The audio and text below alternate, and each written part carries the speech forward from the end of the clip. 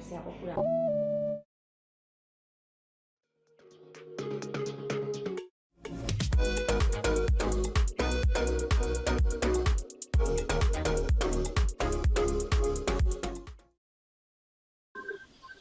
Cordial saludo. Hoy estamos en un encuentro de expertos en educación. Estamos con los maestrantes Ángela Briceño, quien es licenciada en básica con especialización en ciencias naturales, el licenciado Diego Fonseca, quien es licenciado en educación física y deportes, y quien les habla Yadira Leguizamo, educadora infantil. Hoy vamos a tener un debate bastante importante desde la educación. Vamos a hablar acerca de las brechas. Vamos a empezar con enfoques pedagógicos. Nosotros tres, como educadores y expertos en la educación, vamos a tener los enfoques. Con ustedes va a tener el enfoque Diego Fonseca desde la parte conductual, Ángela Briceño desde la parte constructivista, y quienes habla Yadira Leguizamo desde la parte del cognitivismo. Diego, ¿tienes la palabra? Bueno, Yadira, ya como tú lo decías, las brechas en el sistema educativo, en las teorías y los aprendizajes dentro de un proceso de formación integral nos generan desde los diferentes contextos y ambientes varias situaciones, y dentro del enfoque conductista vemos cómo a través del comportamiento, a través del estímulo-respuesta, podemos analizar que no es la misma conducta la que tienen o dentro de su aprendizaje algunos sectores de acuerdo a su contexto. Y yo me ubico dentro de mi contexto, dentro de mi área profesional donde laboro actualmente, que es la educación rural, donde encontramos muchas brechas que de cierta manera generan limitaciones para poder generar aprendizajes, pero pues no es un requisito o es algo indispensable para cual uno no pueda, a través de la observación, a través del análisis de la conducta de un niño y a través de nuestro contexto, podamos llegar a ese aprendizaje. Nosotros a través de la ruralidad o a través de la educación rural miramos cómo los ambientes naturales o los ambientes que nos rodean hacen que nos genere un ambiente de aprendizaje mucho más visual y de contacto con la naturaleza, y eso pues nos lleva a que el niño, a su manera, a pesar de las brechas que pueden haber de tecnologías, de medios de comunicación, de conectividad, de un ambiente educativo en espacios físicos y plantas físicas, pero llegamos al punto de que es un aprendizaje que nos lleva a la realidad de la naturalidad. Entonces, cuando nosotros analizamos desde la pedagogía o el enfoque pedagógico conductista y analizamos qué es el estímulo-respuesta o esperamos unas respuestas concretas, nos vemos más a la práctica, hacia lo cotidiano. Entonces, ese es mi punto de vista desde el conductivismo, desde ese enfoque pedagógico, y que la brecha de la ruralidad hacia, digamos, como hacia la cotidianidad, por muchos espacios que nos genera la educación actual de diferentes contextos donde se aplica, donde vivimos o vivenciamos los ambientes educativos, nos lleva a ser muy recursivos y a velar de que no nos detiene nada por tener un muy buen aprendizaje. Te dejo entonces y continuamos con nuestra compañera Ángela. Bueno, muy buenas tardes para Diego, para Yadira. Definitivamente lo que hoy estamos viendo es el tema, a mí me corresponde constructivismo, y es un tema que realmente hoy vivimos toda la educación. La educación tenía un enfoque tradicional, unos modelos, digamos, diferentes, y hoy cuando se diseñan nuevos modelos, casi siempre está planteando estructuras donde los estudiantes asimilan y se acomodan a nuevos objetivos de aprendizaje.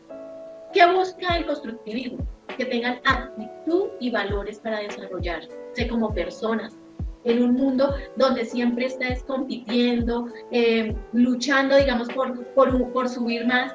Entonces, esto hace que tengamos una toma de conciencia diferente en el modelo de aprendizaje, donde se desarrollan a nivel económico, político, social, cultural, científico y económico, una educación social, donde se maneja y se centra que los estudiantes tienen libertad del aprendizaje, donde el docente también tiene libertad de cátedra y no solamente se va a ceñir a un currículo, a unos objetivos, sino que va a tener una flexibilidad en este modelo de una mente abierta.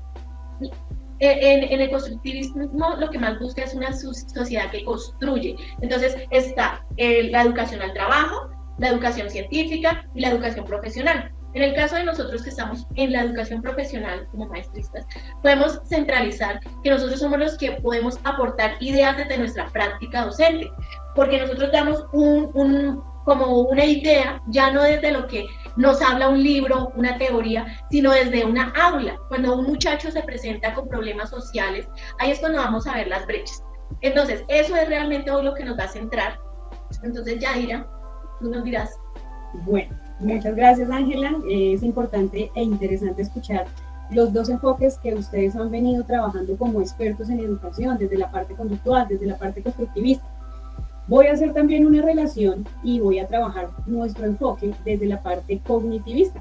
¿Por qué? Porque también es muy importante esa parte que nosotros tenemos en nuestra cabecita que va de la mano con muchas otras cosas más, ¿cierto? Porque la parte cognitivista es la relación en el proceso de enseñanza-aprendizaje. Es donde el aprendizaje es una síntesis de formas y contenidos, es donde recibimos las percepciones cognitivas del estudiante de diferentes formas. ¿Por qué? Porque es un aprender para aprender, ¿cierto? Por eso es importante cada enfoque. ¿Por qué? Porque podemos ver estas brechas sociales, estas brechas económicas, estas brechas que pueden ser también mentales, pero que si nosotros empezamos también a trabajarlas o a enfatizarlas desde cualquiera de estos enfoques, también podemos resaltar el proceso de aprendizaje. Por eso el aprendizaje a través de una visión cognitivista es mucho más simple que un simple cambio de comportamiento.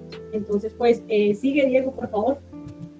Bueno, nosotros siempre, con el correr de nuestros procesos de formación integrales, como siempre lo he resaltado, la conducta juega un papel fundamental. Nosotros como docentes, dentro de cada una de nuestras áreas, muchas veces el solo hecho de un comportamiento, una conducta de un niño, sabemos su estado de ánimo, su estado emocional o las situaciones que está vivenciando, tanto en su parte interna como en su parte externa, en el contexto que vive, desde su familiar y lo educativo y lo escolar. Así mismo pasa con los aprendizajes. Entonces, muchas veces a través de una conducta, un comportamiento, el análisis nos lleva a que el niño capte y esperemos de ese estímulo una respuesta concreta y verdadera, que le lleve al niño un aprendizaje más veraz.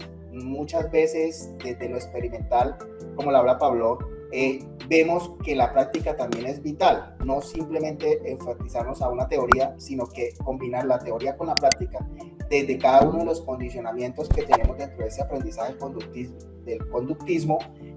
Vemos el condicionamiento instrumental y el condicionamiento clásico. Entonces, si nos basamos en el condicionamiento clásico, vemos cómo el estímulo y la respuesta van engranados uno en el otro, donde plantean, a través del estímulo, se plantean que se lleven respuestas correctas. Y ya en la parte instrumental es fortalecer esas respuestas que sean concretas y que lleguemos a un aprendizaje claro y conciso. Entonces, para mí es fundamental el análisis de la conducta y del comportamiento del estudiante y que se sincronice ese aprendizaje a través de la práctica. Así es, Diego. Así es, Diego. Es muy importante reconocer que todos estos modelos son la ruta de aprendizaje.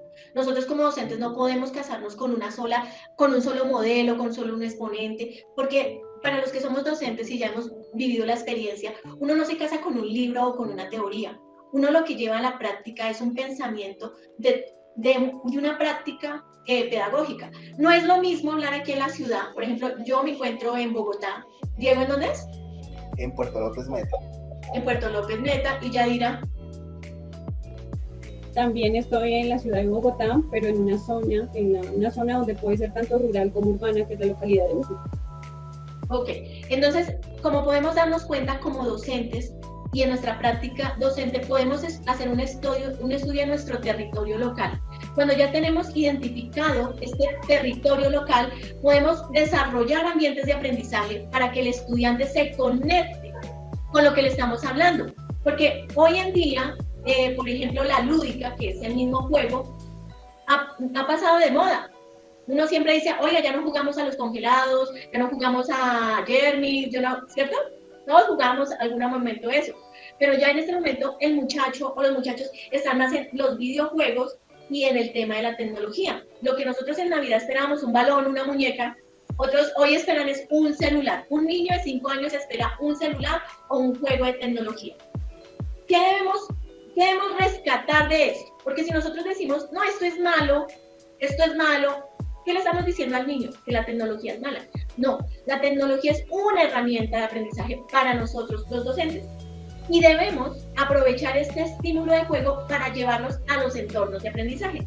Entonces, buscamos mecanismos que desarrollen un pensamiento más constructivista, más dinámico, más de lógica matemática, más de diálogo crítico.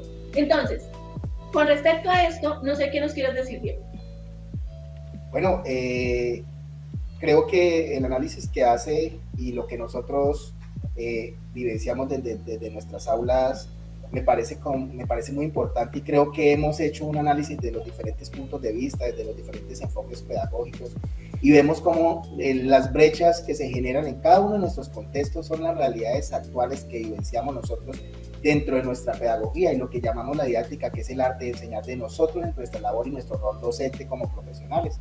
Esto nos lleva a que tengamos y busquemos unas soluciones concretas a estas brechas. ¿Qué nos piensas o qué nos opinas, Yadira y Ángela, para culminar en este video educativo?